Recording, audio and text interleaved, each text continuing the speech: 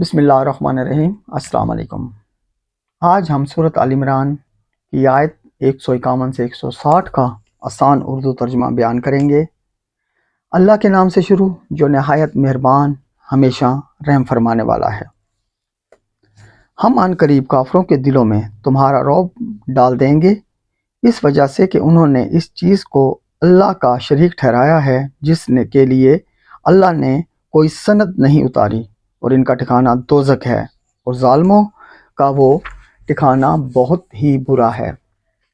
اور بے شک اللہ نے تمہیں اپنا وعدہ سچ کر دکھایا جب تم اس کے حکم سے انہیں قتل کر رہے تھے، یہاں تک کہ تم نے بزدلی کی اور رسول انور صلی اللہ علیہ وآلہ وسلم کے حکم کے بارے میں جھگڑنے لگے، اور تم نے اس کے بعد ان کی نافرمانی کی جبکہ اللہ نے تمہیں وہ فتح دکھا دی تھی جو تم چاہتے تھے۔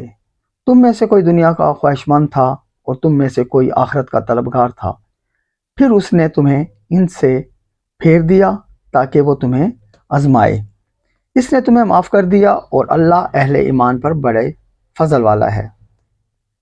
جب تم بھاگے جا رہے تھے اور کسی کو مڑ کر نہیں دیکھتے تھے، اور رسول انور صلی اللہ علیہ وآلہ وسلم اس جماعت میں کھڑے جو تمہارے پیچھے ثابت قدم رہی تھی، تمہیں پکار رہے تھے، پھر اس نے تمہیں غم پر غم دیا تاکہ تم اس پر جو تمہارے ہاتھ سے جاتا رہا ہو اور اس مصیبت پر جو تم پر آن پڑی رنج نہ کرو، اور اللہ تمہارے کاموں سے خبردار ہے۔ پھر اس نے غم کے بعد تمہیں غنودگی کی صورت میں امان اتاری جو تم میں سے ایک جماعت پر چھا گئی، اور ایک گروہ کو منافقوں کا تھا صرف اپنی جانوں کی فکر پڑی ہوئی تھی، وہ اللہ کے ساتھ ناحق گمان کرتے تھے جو محض جاہلیت کے گمان تھے۔ وہ کہتے ہیں کیا اس کام میں ہمارے لیے بھی کچھ اختیار ہے؟ فرما دیں کہ سب کام اللہ ہی کے ہاتھ میں ہیں، وہ اپنے دلوں میں وہ باتیں چھپائے ہوئے ہیں جو آپ پر ظاہر نہیں ہونے دیتے۔ کہتے ہیں کہ اگر اس کام میں کچھ ہمارا اختیار ہوتا تو ہم اس جگہ قتل نہ کیے جاتے۔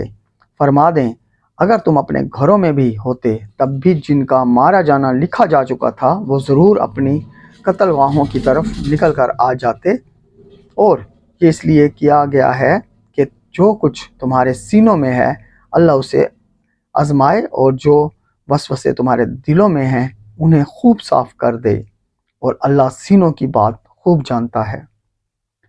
بے شک جو لوگ تم میں سے اس دن بھاگ کھڑے ہوئے تھے جب دونوں فوجیں آپس میں گتھم گتھا ہو گئی تھیں تو انہیں محض شیطان نے پھسلایا دیا تھا ان کے کسی عمل کے باعث جس کے وہ مرتکب ہوئے۔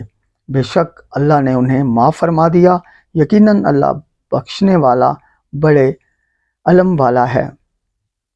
اے ایمان والو، تم ان کافروں کی طرح نہ ہو جاؤ جو اپنے ان بھائیوں کے بارے میں یہ کہتے ہیں کہ جو کہیں سفر پر گئے ہوں یا جہاد کر رہے ہوں اور وہ وہاں مر جائیں کہ اگر وہ ہمارے پاس ہوتے تو نہ مرتے اور نہ قتل کیے جاتے، تاکہ اللہ اس گمان کو ان کے دلوں میں حسرت بنائے رکھے، اور اللہ ہی زندہ رکھتا ہے اور مارتا ہے، اور اللہ تمام اعمال خوب دیکھ رہا ہے۔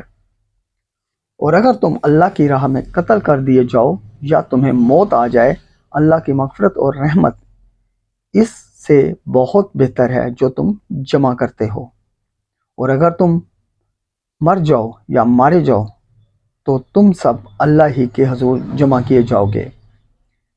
اے حبیب والا صفات، پس اللہ کی کیسی رحمت ہے کہ آپ ان کے لیے نرم طبع ہیں، اور اگر آپ تند خو اور سخت دل ہوتے تو لوگ آپ کے گرد سے چھٹ کر بھاگ جاتے۔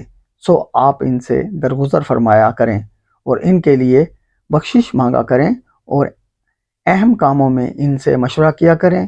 پھر جب آپ پختہ ارادہ کر لیں تو اللہ پر بھروسہ کیا کریں، بے شک اللہ توکل والوں سے محبت کرتا ہے۔ اگر اللہ تمہاری مدد فرمائے تو تم پر کوئی غالب نہیں آ سکتا، اور اگر وہ تمہیں بے سہارا چھوڑ دے تو پھر کون ایسا ہے جو اس کے بعد تمہاری مدد کر سکے، اور مومنوں کو اللہ ہی پر بھروسہ رکھنا چاہیے۔ جزاک اللہ۔